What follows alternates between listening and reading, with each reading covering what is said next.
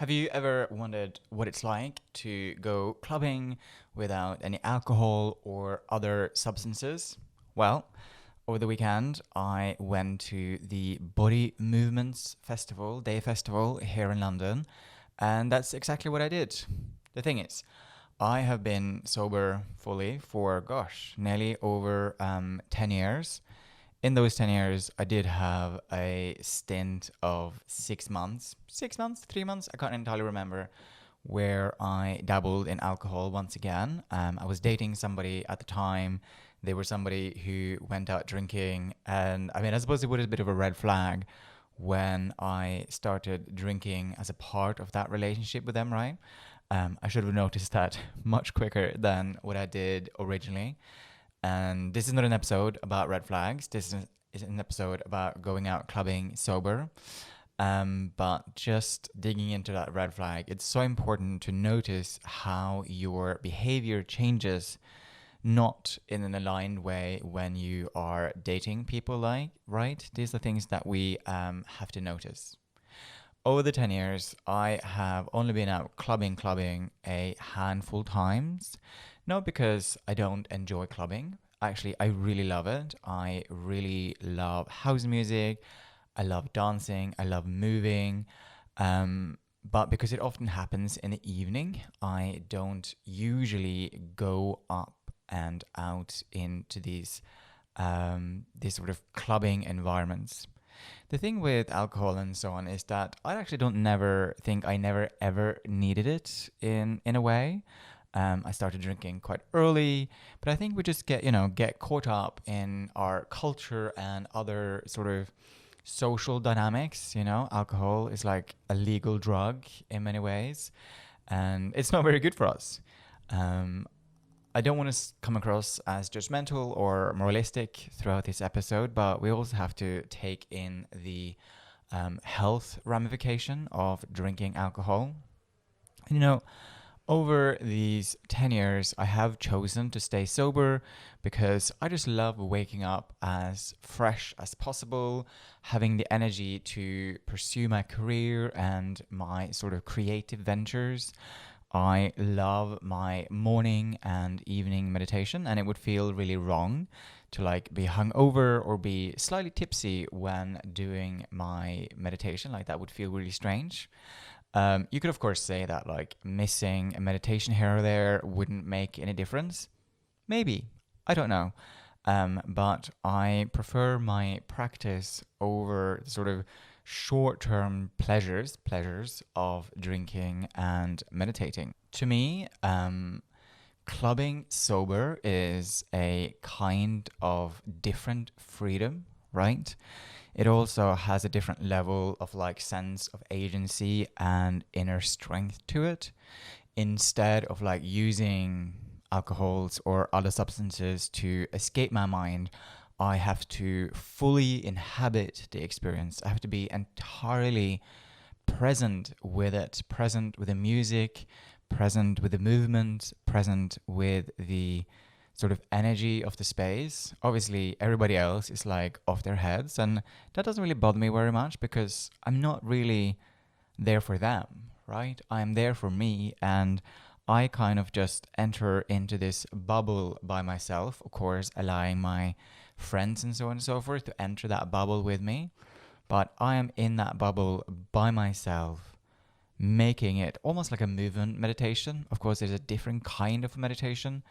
But again, the moment that you turn your awareness inwards and you sort of experiment or you play with that interplay between the music that's happening outside of you, the energy that's sort of shifting and moving outside of you, and you're noticing your sort of inner landscape and you're sort of experimenting with that feeling and the movement of the music and the energy, and then making it into a movement meditation. The festival was vibrant, chaotic, loads of like energy and music, and it's also a queer festival and sort of queer liberation, celebrating all kinds of shapes and sizes and walks of life, and just celebrating queer bodies. And I think that's so beautiful, being a gay man myself, and just to know that there are spaces like this where we are celebrating queer bodies in all its stripes, which is so beautiful. I totally understand why some people feel the need to use alcohol, drugs, and so on and so forth, because, they soften the edges, they numb our senses, and they make social interactions possibly much easier. The thing, again, though, without them, you have to so intentionally connect with the experience, the beat of the music, the movement of the crowd. And then again, with the music as my guide, again, I shift my awareness inwards. And again, it's like I understand that alcohol and drugs and whatever like brings the walls down and so on and so forth. But I think there's just so much more strength to being more intentional with the way that we move through life. I think that possibly my superpower, especially at least when it comes to dancing and movement and whatever, is that I don't really care how people think about the ways in which that I move. I am most likely never going to see these people again. And the thing is, like, if my friends were making fun of me moving or dancing, they wouldn't really be my friends anyway. And so in those kind of spaces, I don't really care. I've always been really poor at being the person who like goes up to a random and sort of chats them up. That's not where my confidence lives, at least not for the time being. And that's okay. We all have areas to work on. But when it comes to just moving, dancing, not caring, that has always been a part of my mindset. And I think that mindset is just rooted in my sense of self and groundedness and just knowing that this makes me more joyful and just able to express myself more authentically. So I'd been there for 5 hours. I was trying to do some mental gymnastics of like, I really wanted to stay there longer, but after 5 hours of moving and dancing and loud music, my nervous system was like, okay, this was fine. It's enough. I could feel the energy like pouring out of my legs. And I said goodbye to my friends and I left them there to keep on going. Which, again, I think that some people perhaps find it difficult to say no and find it difficult to go, actually, I've had enough. I need to go home now. And again, like, I don't really care what anybody else gets up to. For the most part, I'm like, live and let live. I do not want to come across as somebody who are like judgmental for people's reasons to drink and take drugs. People have many different reasons. Stress, escaping difficult thoughts and feelings and experiences. And the thing with alcohol and drugs, though, is that yes, they will create a temporary relief, but it's never really long lasting. And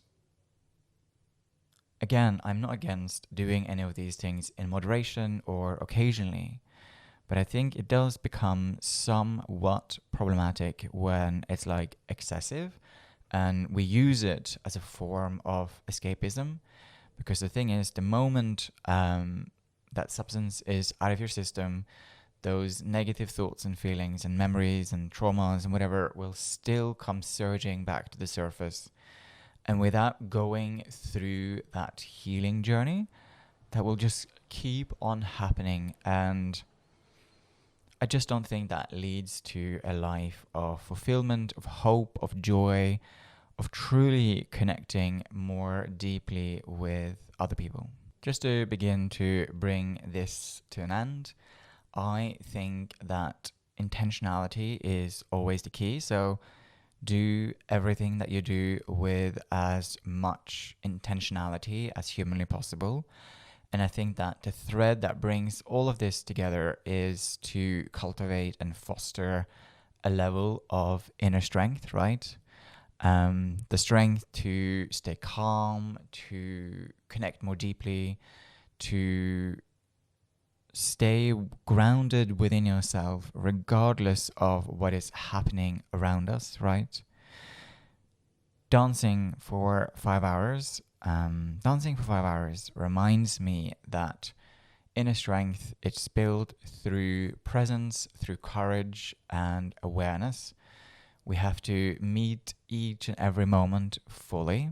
Doesn't matter really whether you are on the dance floor, whether you are responding to an angry email, or you are in your performance review with your line manager, or you're having a difficult conversation with a partner. We have to meet every moment fully. We have to be present with it, even when it hurts, even when it's painful. We still have to be fully present with it and allow that energy to move through us at whatever pace it wants to. Of course, we should also not wallow in our crap, right? At some point, we have to let it go. We have to move on. But the way that we let it go and we move on is not necessarily through numbing our experience with substances. It's about sitting with it, recognizing it, acknowledging it, and filing it in the right place. And if and when it shows up again, we're like, okay, I can file it back to where it belongs. Thank you so much for listening to this episode of Field Observations with Torniamo. I'm an intuitive, I'm a guide, I'm a tarot reader, and I support people on their healing journey. And if this text resonated with you, I would love to work with you.